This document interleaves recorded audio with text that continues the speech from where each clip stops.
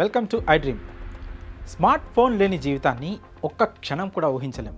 ఫోన్లతో ఇన్ఫర్మేషన్, ఎంటర్టైన్మెంట్తో పాటు రిస్క్ కూడా ఈ మధ్యకాలంలో విపరీతంగా పెరిగిపోయింది. టెక్నాలజీ అభివృద్ధి చెందడం వలన స్కామర్లు బాగా రెచ్చిపోతున్నారు.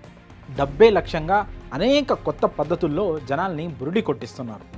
చాలా శాతం మోసాలు ఫోన్ కాల్స్తో ప్రారంభమవుతాయి. ఇలాంటి కాల్స్ను జనాలు ఎక్కువగా ఎదుర్కొంటున్నారు.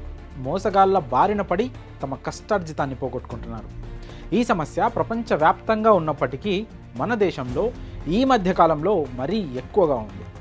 అయితే ఇలాంటి స్కాములకు గురి కాకుండా ముందుగా జాగ్రత్త పడడం ముఖ్యం.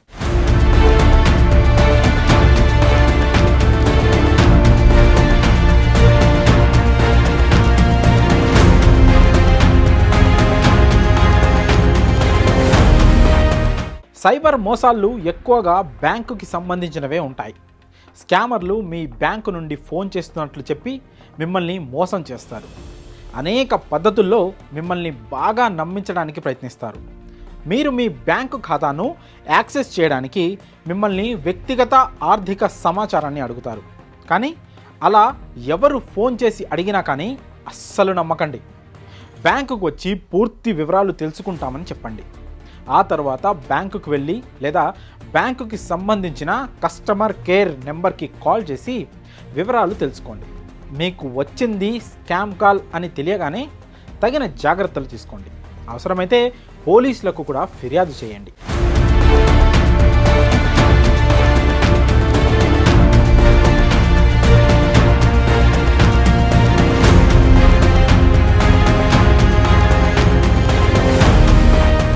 కొన్నిసార్లు మీకు కోట్లలో లాటరీ తగిలిందని మీకు ఫోన్స్ కానీ మెసేజ్ కానీ రావచ్చు. లేదా స్కామర్లు మీ ఈమెయిల్ అకౌంట్కి మీరు లాటరీ గెలుచుకున్నట్లు మెయిల్ పంపుతారు. ఇలాంటి మెసేజ్లు, మెయిల్స్కు మీకు విదేశాల నుంచి వచ్చినట్లుంటాయి.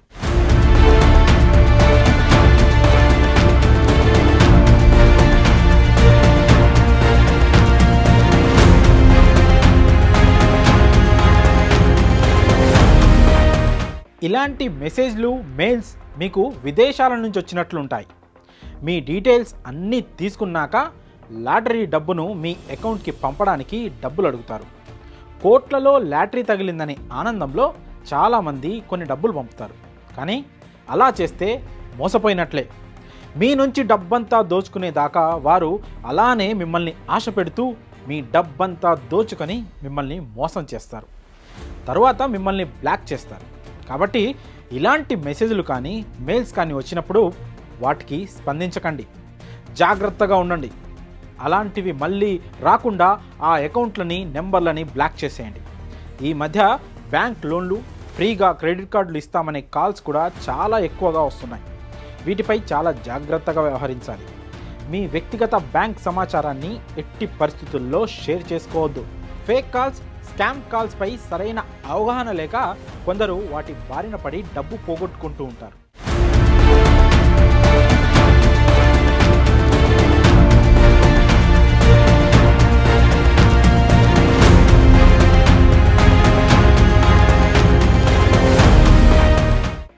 సైబర్ మోసం జరిగిన వెంటనే 1930 హెల్ప్ లైన్ లేదా ఎన్సీఆర్పి పోర్టల్లో ఫిర్యాదు చేయాలి.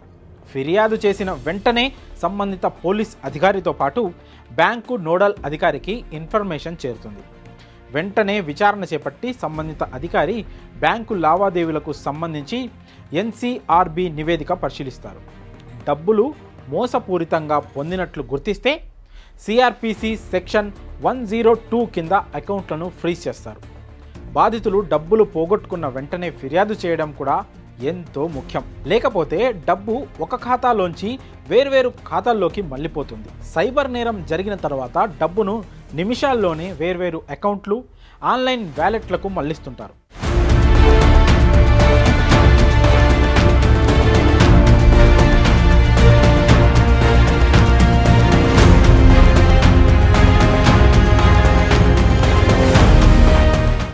గంటలోనే 5-6 దశలు దాటుకొని డబ్బు వెళ్ళిపోతుంది. సైబర్ మోసాల్లో డబ్బులు పోగొట్టుకుంటే వీలైనంత వెంటనే టోల్ ఫ్రీ నెంబర్కి ఫోన్ చేసి ఫిర్యాదు నమోదు చేయాలని సైబర్ సెక్యూరిటీ బ్యూరో అధికారులు సూచిస్తున్నారు. అరగంటలోపు ఫిర్యాదు చేస్తే 99% రికవరీకి వీలుంటుంది.